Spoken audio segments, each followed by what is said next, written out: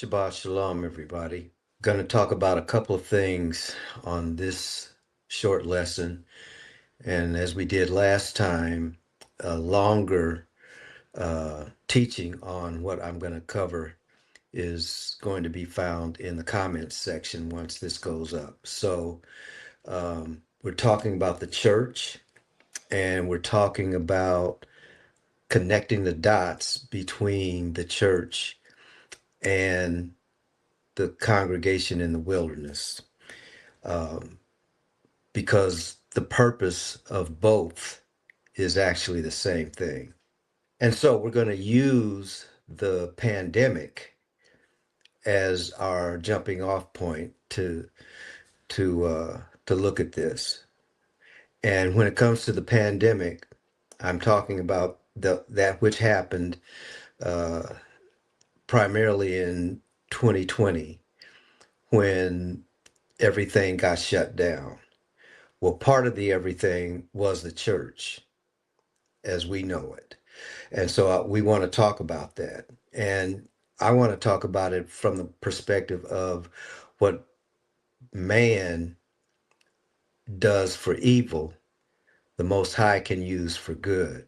So I'm going to suggest to you that the Most High used that time to close the church so that the church can start thinking about refocusing and its original purpose. So um, when we talk about church, I'm sure most of you have heard that the church is the ecclesia or ecclesia, as the Greek word says, which means those who are called out. Um, but what you may not know is that the church is also mentioned in the Tanakh, specifically in the book of Exodus. Now that's mentioned in Acts chapter 7 when Stephen was in confrontation with the chief priests, the elders, and those who were in positions of leadership in Jerusalem. And he ran their history down to them. And one of the things that he said is that this Moses that the Most High had ordained was working with the church in the wilderness.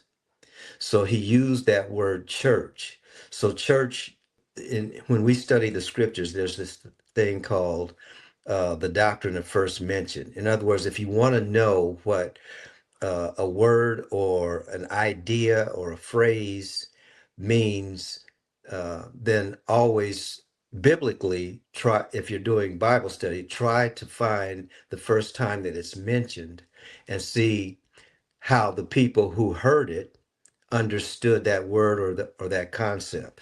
So when we're talking about the church, the under the doctrine of first mention, the doctrine of first mention will take us back to Exodus, where Moses found himself in Pharaoh's court telling Pharaoh, I need you to let my people go so that we can go into the wilderness and have a feast with the Most High. Or as the King James Version reads, so that we can worship the Most High. And so, since most of us are accustomed to the word worship as we understand it, I'm going to use that word. But it was actually what he was actually saying is because feast days are based on the Most High's relationship with his children, the children of Israel. Okay, so there are lots of feast days.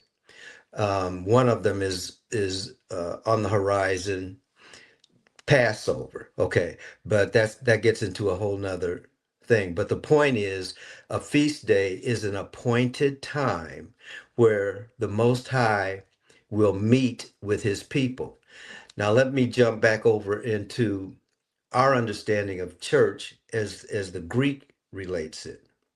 Okay, because actually when it says the called out, what it actually means is a group of citizens that have been called together at for to meet at a certain place and time to consider or to do business on behalf of the community.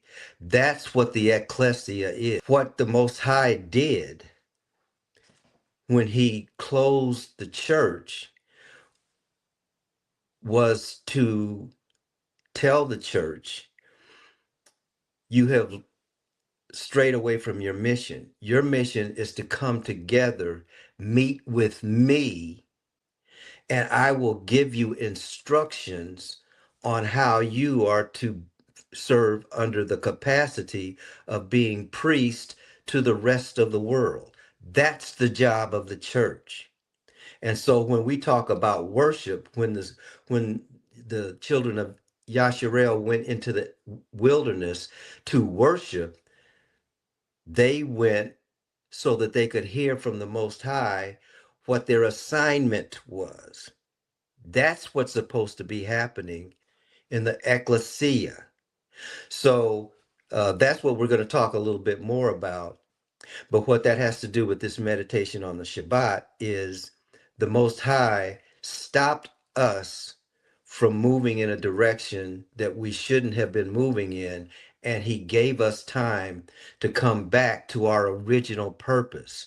So the last thing that we should be doing is trying to recreate the thing that he stopped when that pandemic hit. So meditate on that. And like I said, there is more detail that we'll talk about if you are interested in hearing that. So Father, bless you and keep you. Father, make his face to shine upon you and be gracious to you. Father, lift up his countenance